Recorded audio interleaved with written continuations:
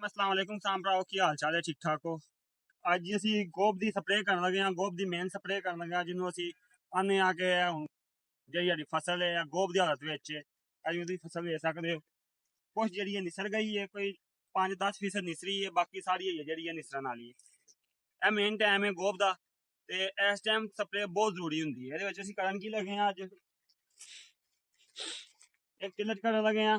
ਇਹ ਕੁੰਗੀ ਲਈ ਹੈ, ਜਿਹੜਾ ਕੁੰਗੀ ਦਾ ਹਮਲਾ ਹੋਣਾ ਉਹਦੇ ਲਈ ਐਡਵਾਂਸ ਸਪਰੇਅ ਕਰਨ ਲੱਗੇ ਤਾਂ ਕਿ ਕੁੰਗੀ ਦਾ ਅਟੈਕ ਸਾਡੀ ਫਸਲ ਤੇ ਨਾ ਆਏ। ਪੱਤੇ ਹਰੇ ਭਰੇ ਰਹਿਣਗੇ, ਝੰਡੀ ਪੱਤਾ ਹਰਾ ਭਰਾ ਰਹੇਗਾ ਤੇ ਸਾਡੀ ਜਿਹੜੀ ਪੈਦਾਵਾਰ ਹੈ ਉਹ ਜ਼ਿਆਦਾ ਆਏਗੀ। ਇਹਦੇ ਨਾਲ ਇਹਦਾ ਬਿਆਨ ਹੈ, ਇਹਦੇ ਵਿੱਚ ਅਮਾਈਨੋ ਐਸਿਡ ਹੁੰਦਾ ਹੈ। ਇੱਕ ਇਹ ਨਾਲ ਕਰਨ ਲੱਗੇ ਹਾਂ। ਇਹ ਦਾਣੇਦਾਰ ਜਿਹੜਾ ਸਾਈਜ਼ ਹੈ ਉਹ ਮੋਟਾ ਕਰੇਗਾ, ਕੁਆਲਿਟੀ ਬਿਹਤਰ ਕਰੇਗਾ, ਸਿੱਟੇ ਦਾ ਸਾਈਜ਼ ਜਿਹੜਾ ਉਹ ਇਨਕਰੀਜ਼ ਕਰੇਗਾ ਤੇ ਜਿਹਦੇ ਨਾਲ ਸਾਡੀ ਪੈਦਾਵਾਰ ਜ਼ਿਆਦਾ ਆਏਗੀ। ਇਹਦੇ ਨਾਲ ਅਸੀਂ ਬੁਰਾਨ ਦਾ ਪੈਕਟ ਹੈ ਇਹ ਬੁਰਾਨ ਕਰਨ ਲੱਗੇ ਹਾਂ। ਨਿਸਾਰੇ ਤੋਂ ਬਾਅਦ ਫਸਲ ਜਿਹੜੀ ਉਹ ਪੋਲੀਨੇਸ਼ਨ ਦੇ ਮਰਹਲੇ 'ਚ ਦਾਲ ਹੋ ਜਾਂਦੀ ਹੈ ਤੇ ਜੋ ਹੀ ਪੋਲੀਨੇਸ਼ਨ ਦਾ ਮਰਹਲਾ ਹੁੰਦਾ ਹੈ ਉਦੋਂ ਬੁਰਾਨ ਦੀ ਬਹੁਤ ਜ਼ਿਆਦਾ ਜ਼ਰੂਰਤ ਹੁੰਦੀ ਹੈ। ਬੁਰਾਨ ਦੀ ਕਮੀ ਦੇ ਨਾਲ ਜਿਹੜਾ ਪੋਲੀਨੇਸ਼ਨ ਦਾ ਅਮਲ ਜਿਹੜਾ ਉਹ ਬਹੁਤ ਬੁਰੀ ਤਰ੍ਹਾਂ ਮੁਤਾਸਰ ਹੁੰਦਾ, ਜਿਹਨਾਂ ਪੈਦਾਵਾਰ ਬਹੁਤ ਘੱਟ ਜਾਂਦੀ ਹੈ। ਜਦੋਂ ਅਸੀਂ ਬੁਰਾਨ ਦਾ ਇਸਤੇਮਾਲ ਕਰਾਂਗੇ, ਬੁਰਾਨ ਦੀ ਕਮੀ ਫਸਲ ਵਿੱਚ ਨਹੀਂ ਹੋਏਗੀ। ਇਹਦੇ ਨਾਲ ਕੀ ਹੋਏਗਾ, ਸਾਡੀ ਜਿਹੜੀ ਪੋਲੀਨੇਸ਼ਨ ਦਾ ਅਮਲ ਹੈ ਉਹ ਬਿਹਤਰੀਨ ਤਰੀਕੇ ਨਾਲ ਸਰ ਅੰਜਾਮ ਪਾਏਗਾ ਤੇ ਸਾਡੀ ਜਿਹੜੀ ਪੈਦਾਵਾਰ ਹੈ ਉਹ ਜ਼ਿਆਦਾ ਆਏਗੀ। ਇਹਦੇ ਤੋਂ ਬਾਅਦ ਤੇਲੇ ਲਈ ਕਰਨ ਲੱਗੇ ਹਾਂ ਆਪਰੈਂਟ ਦੇ ਨਾਂ ਤੋਂ। ਇਹ ਵੀ ਬਹੁਤ ਅੱਛੀ ਪ੍ਰੋਡਕਟ ਹੈ। ਇਹਦੇ ਨਾਲ ਕੀ ਹੈ ਕਿ ਤੇਲਾ ਜਿਹੜਾ ਉਹ ਖਤਮ ਹੋ ਜਾਏਗਾ। ਤੇਲਾ ਵੀ ਕਾਫੀ ਹੱਦ ਤੱਕ ਸਾਡੀ ਫਸਲ ਨੂੰ ਨੁਕਸਾਨ ਕਰਦਾ, ਪੈਦਾਵਾਰ 'ਚ ਕਮੀ ਕਰਦਾ ਤੇ ਇਹਦੇ ਇਸਤੇਮਾਲ ਨਾਲ ਕੀ ਹੋਏਗਾ ਕਿ ਸਾਡੀ ਤੇਲੇ ਦੇ ਹਮਲੇ ਤੋਂ ਮਹਿਫੂਜ਼ ਰਹੇਗੀ ਤੇ ਸਾਡੀ ਪੈਦਾਵਾਰ ਜ਼ਿਆਦਾ ਆਏਗੀ।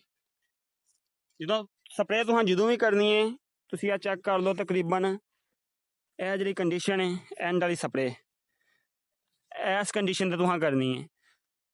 ਤਕਰੀਬਨ 5 ਤੋਂ 10% ਜਿਹੜੀ ਹੈ ਉਹ ਨਸਾਰਾ ਹੋ ਚੁੱਕਿਆ ਹੈ ਤੇ ਬਾਕੀ ਜਿਹੜੀ ਹੈ ਨਸਾਰਾ ਕਰ ਰਹੀ ਹੈ।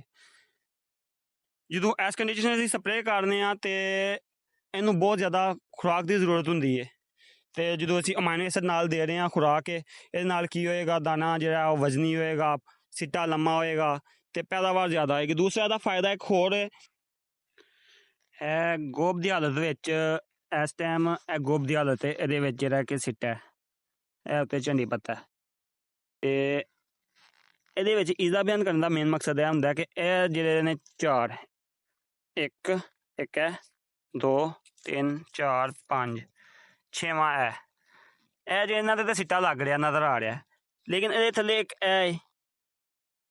ਇਹ ਟਿਲਰ ਛੋਟਾ ਹੈ, ਇੱਕ ਇਹ ਵੀ ਇਹ ਛੋਟਾ ਹੈ, ਇੱਕ ਇਹ ਵੀ ਛੋਟਾ ਹੈ, ਇਹ ਵਿੱਚ ਵੇਖ ਸਕਦੇ ਹੋ ਇਹ ਟਿਲਰ ਛੋਟੇ ਨੇ। ਇਸਦਾ ਬਿਆਨ ਦਾ ਕਰਨ ਦਾ ਮਕਸਦ ਮੇਨ ਇਹ ਹੈ ਕਿ ਇਹਨਾਂ ਜਿਹੜੇ ਸ਼ਗੂਫੇ ਨੇ ਜ਼ਾਇਆ ਸ਼ਗੂਫੇ ਨਾ ਹੋਣ, ਇਹ ਸਿਰਫ ਖੁਰਾਕ ਨਾ ਲੈਣ ਬਲਕਿ ਇਹ ਵੀ ਸਿੱਟਾ ਚੁੱਕਣ ਤਾਂ ਕਿ ਸਾਡੀ ਪੈਦਾਵਾਰ ਵੱਧ ਸਕੇ। ਮੇਨ ਮਕਸਦ ਇਹ ਹੁੰਦਾ ਤੇ ਤੁਸੀਂ ਵੀ ਜਿਹੜੀ ਫਲ ਦੀ ਸਪਰੇਅ ਵੇ ਲਾਜ਼ਮੀ ਕਰਾਇਆ ਕਰੋ ਤਾਂ ਕਿ ਫਸਲ ਜ਼ਿਆਦਾ ਤੋਂ ਜ਼ਿਆਦਾ ਲਈ ਜਾ ਸਕੇ ਤੇ ਫਸਲ ਮਾਸ਼ਾਅੱਲਾ ਬਹੁਤ ਚੰਗੀ ਹੈ, ਤੁਸੀਂ ਵੇਖ ਸਕਦੇ ਹੋ ਬਹੁਤ ਪਿਆਰੀ ਫਸਲ ਹੈ, ਇਸ ਟਾਈਮ ਸੋਹਣੀ ਖਲੋਤੀ ਹੈ ਤੇ ਐਂਡ ਤੇ ਆ ਕੇ ਖਰਚਿਓਂ ਥੱਕ ਜਾਣਾ ਇਹ ਕੋਈ ਸਿਆਣਪ ਨਹੀਂ ਹੈ। ਜੇ ਕੋਈ 2000 2500 3000 ਦੀ ਸਪਰੇਅ ਦੇ ਨਾਲ ਸਾਡਾ 8-10 ਮਨ ਝਾੜ ਦਾ ਫਰਕ ਪੈਂਦਾ ਤੁਹਾਨੂੰ ਜ਼ਿਆਦਾ ਜੀ ਤੁਹਾਨੂੰ ਗੋਭੀ ਸਪਰੇਅ ਕਰਨੀ ਹੈ ਉਹ ਲਾਜ਼ਮੀ ਤੁਸੀਂ ਕਰਿਆ ਕਰੋ, ਉਹਦੇ ਨਾਲ ਪੈਦਾਵਾਰ 'ਚ ਬਹੁਤ ਜ਼ਿਆਦਾ ਇਜ਼ਾਫਾ ਹੁੰਦਾ ਹੈ ਤੇ ਵੀਡੀਓ ਜ਼ਿਆਦਾ ਤੋਂ ਜ਼ਿਆਦਾ ਸ਼ੇਅਰ ਕਰੋ ਤੇ ਚੈਨਲ ਸਬਸਕ੍ਰਾਈਬ ਕਰੋ। ਮਿਲਦੇ ਹਾਂ ਅਗਲੀ ਵੀਡੀਓ 'ਚ, ਉਦੋਂ ਤੱਕ ਅੱਲਾ ਹਾਫਿਜ਼।